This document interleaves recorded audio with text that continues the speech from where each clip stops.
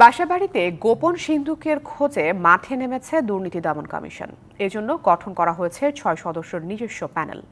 এই প্যানেলটি আইন শৃঙ্খলা বাহিনীকে নিয়ে বাসাবাড়িতে চালাবে তল্লাশি। গোয়েন্দা তথ্য রয়েছে, গত ১৫ বছরে বিভিন্ন খাতের সুবিধাভোগী একটি গোষ্ঠী অর্থ পাচারের পাশাপাশি নিজেদের কাছেও গচ্ছিত রেখেছেন বিপুল অর্থ।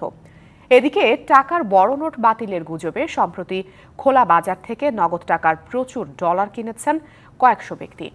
এগুলো রয়েছে বাসাবাড়িতে।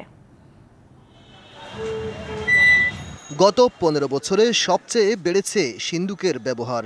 অ্যানালগ সিন্দুকের বদলে এখন ডিজিটাল সিন্দুকের চাহিদাই সবচেয়ে বেশি। সিন্দুকের বাজার ঘুরে জানা গেল ১৫ বছরের মধ্যে সবচেয়ে বেশি সিন্দুক বা লকার বিক্রি হয়েছে গত ৫ বছরে, যেগুলোর বেশিরভাগই ঢুকেছে উচ্চবিত্তদের বাসাবাড়িতে। সুনির্দিষ্ট গোয়েন্দা তথ্য রয়েছে, রাজনীতিক, আমলা, ব্যবসায়ী, ঠিকাদার, ব্যাংক মালিক এবং সেবা খাতে সরকারি প্রকৌশলীদের একটি অংশের সম্পদের অস্বাভাবিক উত্থান হয়েছে গত ১৫ বছরে। রাজনৈতিক প্রভাবে যারা নিজস্ব সেক্টরে ক্ষমতাবান, ধনিক শ্রেণীর এই অংশটি অর্থ পাচারের পাশাপাশি বাসাবাড়িতে গোপন সিন্দুকেও রেখেছেন বিপুল পরিমাণ অর্থ। অবৈধ এসব অর্থের বেশিরভাগই খোলাবাজারে ডলার কিনে রেখেছেন বাসাবাড়িতে। ডলার সংকটের পেছনে এটাও বড় কারণ। দুদকের নিজস্ব গোয়েন্দা ইউনিটের কাছেও তথ্য রয়েছে। সম্প্রতি ১,০০০ টাকা ও ৫০০ টাকার নোট বাতিল হওয়ার গুজবে নগদ টাকা দিয়ে কালোবাজারে প্রচুর পরিমাণ টাকা, ডলার, ইউরো সহ বিদেশি মুদ্রা কিনেছেন অন্তত ৫০০ ব্যক্তি।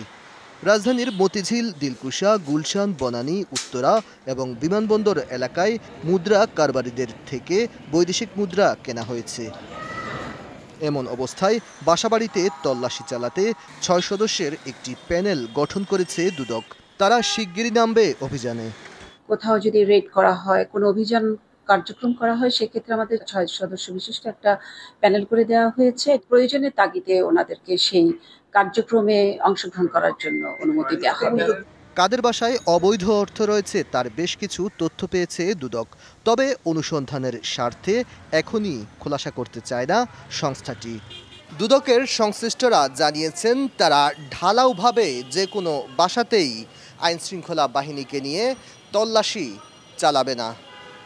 কালো টাকা, ডলার কিংবা অবৈধ অর্থ সম্পদ যেসব বাসাতে রয়েছে, গোপন তথ্যের ভিত্তিতে কেবল সেসব বাসাতেই অভিযান চালাবে দুদক। Aditya Rafat, DBC news, Dhaka.